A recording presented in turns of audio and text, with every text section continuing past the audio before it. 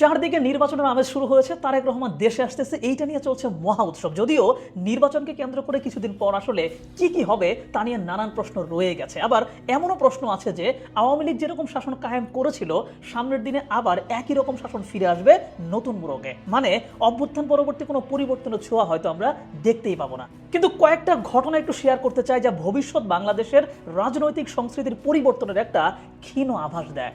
উসমান হাদি, হাসনাত আব্দুল্লাহ কিংবা তাসনিম জারা, এদের মধ্যে উসমান হাদি ভাই তো শহীদ হয়ে গেছেন, এরপরেও তিনি বাংলাদেশের রাজনীতির জন্য কিছু গ্রাউন্ড ব্রেকিং উদাহরণ সেট করে গেছেন। যেমন সাদামাটাভাবে নির্বাচনের প্রচারণা অংশ নেওয়া, যেখানে দেশের চিরাচারিত নিয়ম অনুযায়ী নির্বাচন মানেই বিশাল শোডাউন, কর্মী বাহিনীর ঢল, খাওয়া দাওয়া, পোস্টারিং ইত্যাদির প্রচলন ছিল। সেখানে হাদি ভাই এসবের বাইরে গিয়ে একটা ধারা চালু করার চেষ্টা করেছিলেন এবং তাদের জনগণ সাড়াও দিয়েছিল। নির্বাচন মানে যেখানে ভোটারকে টাকা দিয়ে ভোট কেনার একটা ট্রেন্ড বাংলাদেশে দাঁড়িয়ে গিয়েছিল, সেখানে উল্টো হাদি ভাই জনগণ টাকা দিয়েছে নির্বাচনের খরচ বহন করার জন্য। এইটা বাংলাদেশের রাজনৈতিক সংস্কৃতিতে একটা রীতিমতো বিপ্লব, যেখানে নির্বাচন আসলে কর্মী সহ সাধারণ ভোটাররা সুযোগের অপেক্ষায় থাকে, কিভাবে নেতার পকেট থেকে টাকা বের করবে সেটার উল্টো চিত্র হাদি ভাই দেখিয়ে গেছেন। একই পথে হাঁটছেন হাসনাত আব্দুল্লাহ। নিজ নির্বাচনী এলাকায় ঘুরে ঘুরে প্রচারণায় অংশ নিচ্ছে হাসনাত, কোনো পয়সা খরচ করছে না সে। ছোটখাটো নির্বাচনী প্রচারণার অনুষ্ঠান আয়োজনের খরচ করার মতো টাকা হাসনাতের আছে। যেহেতু আগে থেকে হাসনাতকে চিনি, তাই ব্যাপারটা জানি। হাসনাত অনলাইনে ক্লাস নেয়, তার লাস্ট কোর্সের এনরোলমেন্টও কিন্তু হিউজ। কিন্তু এরপরেও জাঁকজমকভাবে অর্থ খরচ করে হাসনাত নির্বাচন করছে না, বরং হাসনাতের নির্বাচনী প্রচারণাতেও তার হাতে সাধারণ মানুষ টাকা গুঁজে দিচ্ছে। হাসনাত যেটা করতেছে, সে অকপটে স্বীকার করতেছে যে নির্বাচনে হয়তো সে হেরে যাবে, কিন্তু হেরে গেলেও যাতে কখনোই হিংসার রাজনীতি শুরু না হয়। প্রতিটি বক্তব্যে বিরোধী পক্ষকে সম্মান দেওয়ার যে একটা কালচার সে দাঁড় করাচ্ছে, এইটা একটা ভালো উদাহরণ।